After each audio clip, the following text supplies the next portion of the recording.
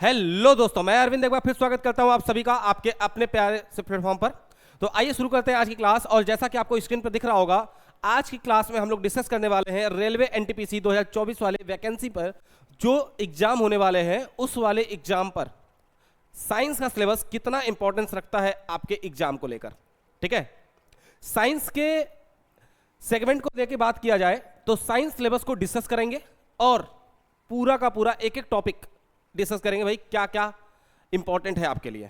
ठीक है, आपका साइंस जैसा कि आपको पता होगा, यदि एनटीपीसी एग्जाम की बात की जाए तो उम्मीद है आप लोगों ने अच्छे से डिस्कवर तो कर ही लिया होगा उस एग्जाम के बारे में।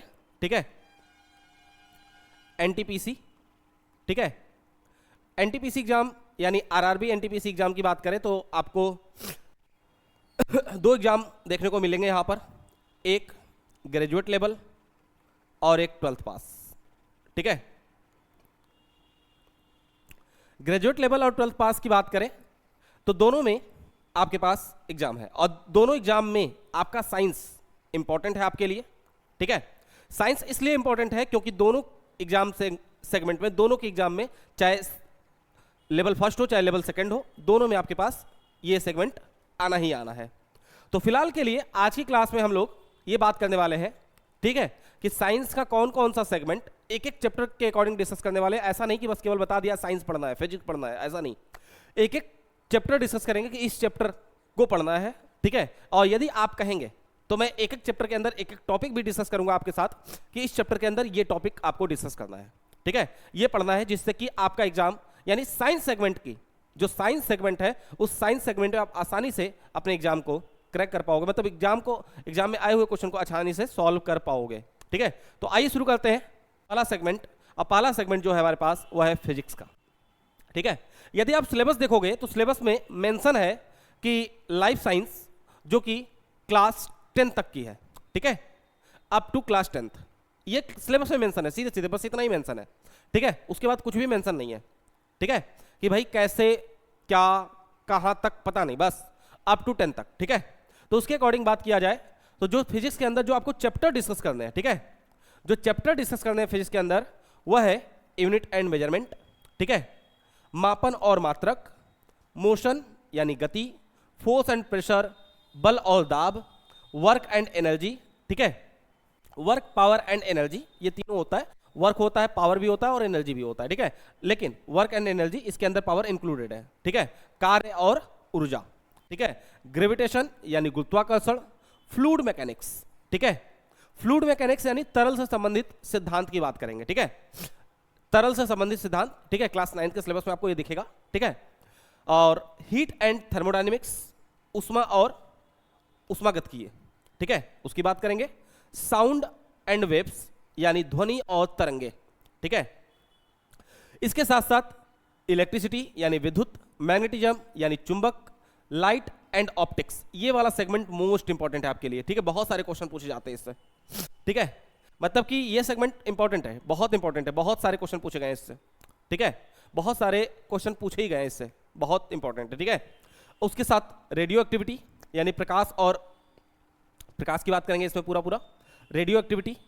ठीक है, इन्वेंशंस यानी कि किसने किस चीज की खोज की या किसने किस चीज को बनाया, इन्वेंशंस, ये भी आपको याद करने पड़ेंगे। और important discoveries related to physics, और फिजिक्स से रिलेटेड जो इंपॉर्टेंट डिस्कवरी है उसके बारे में भी आपको यहां पर बातचीत करना पड़ेगा। ठीक है, डिस्कवरीज एंड मिसलिनियस। ठीक है, यानी कि कुल मिला जुला के देखा जाए तो आपको टोटल ये लगभग 14-15 चैप्टर्स है जो आपको पढ़ने हैं। ठीक है, और ये 15 चैप्टर यानी अप्रॉक्स, यदि आप साइंस सेगमेंट की बात करो, जैसे कि आपको पता होगा सिलेबस पैटर्न के बारे में, तो आपके पास टोटल 100 क्वेश्चन है, जिसमें 30 क्वेश्चन मैथ के, मैं टीयर फर्स्ट की बात कर रहा हूं। ठीक है, लेवल फर्स्ट की बात कर रहा हूं, 30 क्वेश्चन मैथ के। ठीक है, 30 क्वेश्चन रीजनिंग के। ठीक है, और 40 क्वेश्चन आपके जनरल अवेयरनेस के हैं। ठीक है, यानी उसी के अंदर साइंस का सिलेबस मेंशन है, इसी 40 के अंदर। तो इस 40 के अंदर यदि साइंस की बात की जाए तो अप्रॉक्स हर साल, यदि आप इसके पहले रेलवे एग्जाम की बात करो जो 2015 में हुआ था, उसको भी देखा जाए, ठीक है, तो उसके हिसाब से लगभग आपको हर साल 8 से 10 क्वेश्चन देखने को मिलते हैं। 8 से 10 क्वेश्चन, बहुत बजट, मतलब कि बहुत हैवी नंबर्स हैं ये आपके एग्जाम को क्वालिफाई करने के लिए। ठीक है, यदि आप 8 से 10 क्वेश्चन आसानी से कर पाते हो, ठीक है, मैं केवल फिजिक्स की बात नहीं कर रहा हूं, केवल फिजिक्स से 8 से 10 क्वेश्चन नहीं आते, पूरा साइंस सेगमेंट से आता है। ठीक है, पूरा विज्ञान जितना है, पूरे विज्ञान से आपको 8 से 10 क्वेश्चन देखने को मिलते हैं 40 में से। ठीक है, उसके बाद जब ये टीयर 2 में आप आते हो तो टीयर 2 में ये इसका वेटेज बढ़ जाता है और ये 50 क्वेश्चन का हो जाता है। जब 50 क्वेश्चन का हो जाता है तो वहां पर इसकी वेटेज भी थोड़ी सी बढ़ जाती है, तब उस केस में 10 से 15 क्वेश्चन आपके पास दिखाई देते हैं। क्लियर है, 10 से 15 क्वेश्चन।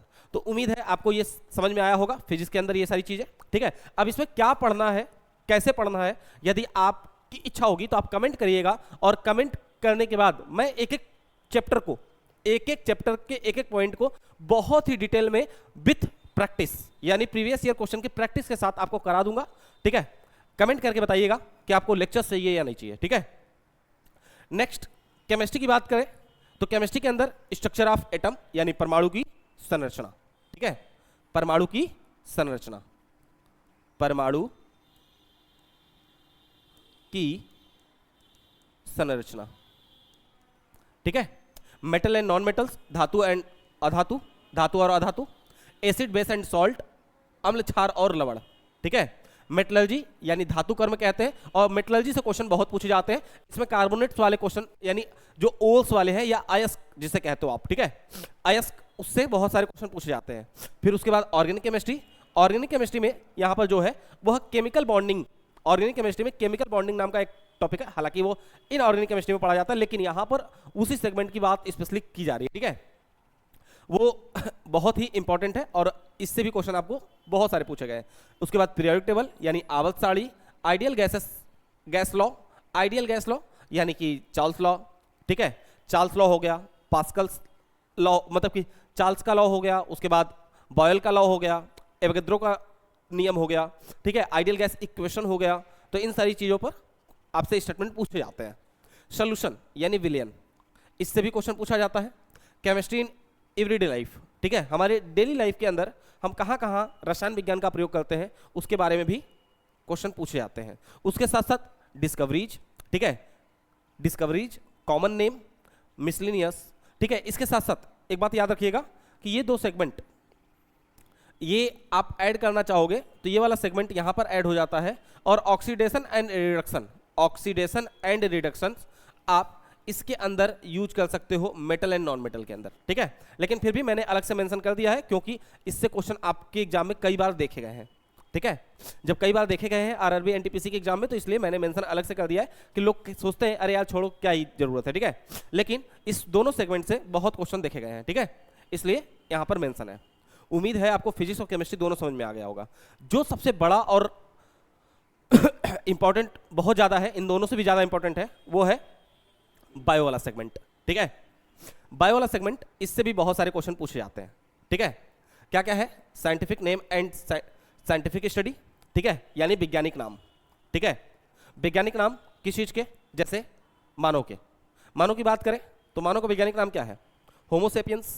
ठीक है, ये बात आपको पता होगी तो आप आराम से एक क्वेश्चन सॉल्व करके आओगे। यदि नहीं पता होगी तो बहुत परेशानी होगी। हाँ, एक साथ एक बात और याद रखिएगा कि भाई ये तो ठीक है सर, एक तो बेसिक सा क्वेश्चन था। ठीक है, बहुत सारे, जैसे मटर, मटर का वैज्ञानिक नाम क्या है, जल्दी से आप लोग कमेंट करके मेरे को बताइए। ठीक है, मटर का वैज्ञानिक नाम, न्यूट्रिशन यानी पोषण। ठीक है, पोषण, इससे भी क्वेश्चन आता है। डिफिशियंसी एंड डिजीज, कमी और विकार। ठीक है, कमी और रोग भी कह सकते हो। रिप्रोडक्शन, प्रजनन, सेल यानी कोशिका। ठीक है, और उस बेसिक यूनिट ऑफ लाइफ है ये, यानी कि जीवन की सबसे छोटी इकाई है। ठीक है, जीवन की सबसे छोटी इकाई है कौन, सेल।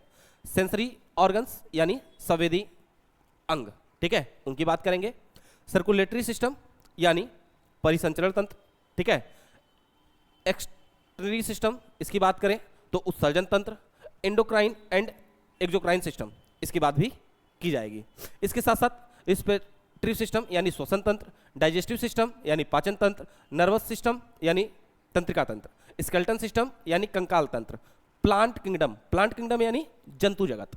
ठीक है, सॉरी, वनस्पति जगत, वनस्पति जगत, और उसके बाद एनिमल किंगडम यानी जंतु जगत, फिर एंजाइम्स एंड हार्मोन्स की बात होगी, ठीक, डिस्कवरी एंड वैक्सीनेशंस की बात होगी, एंड उसके बाद कुछ मिसलेनियस। ठीक है, इस तरीके से यदि आप अपना सिलेबस देखोगे तो आपके पूरे सिलेबस में ये साइंस के ये 3 सेगमेंट है, और तीनों सेगमेंट जो है वो आपके एग्जाम के लिए मोस्ट इंपॉर्टेंट है, क्योंकि इससे लगभग 8 से 10 क्वेश्चन आपके एग्जाम में दिखाई देते हैं। ठीक है, तो आपके एग्जाम में 8 से 10 क्वेश्चन का जो सेगमेंट है बहुत ही इंपॉर्टेंस रखेगा, क्योंकि 10 क्वेश्चन है भाई, एक एक क्वेश्चन से मेरिट पता नहीं कहाँ चला जाता है। ठीक है, कितने नंबर पता चला, 1 नंबर से हमारा मेरिट में रह गया। ठीक है, मेरिट 75 नंबर का बना हुआ है और हमारा 74 नंबर है। ठीक है, हाँ, ये बात भी आप ध्यान रखिएगा कि अलग अलग जगहों पर अलग अलग सेंटर्स के अंदर, ठीक है, उसके अलग अलग कट ऑफ जाते हैं। जैसे कि यदि आपने कट ऑफ को एनालाइज किया होगा तो आपको पता होगा कि जैसे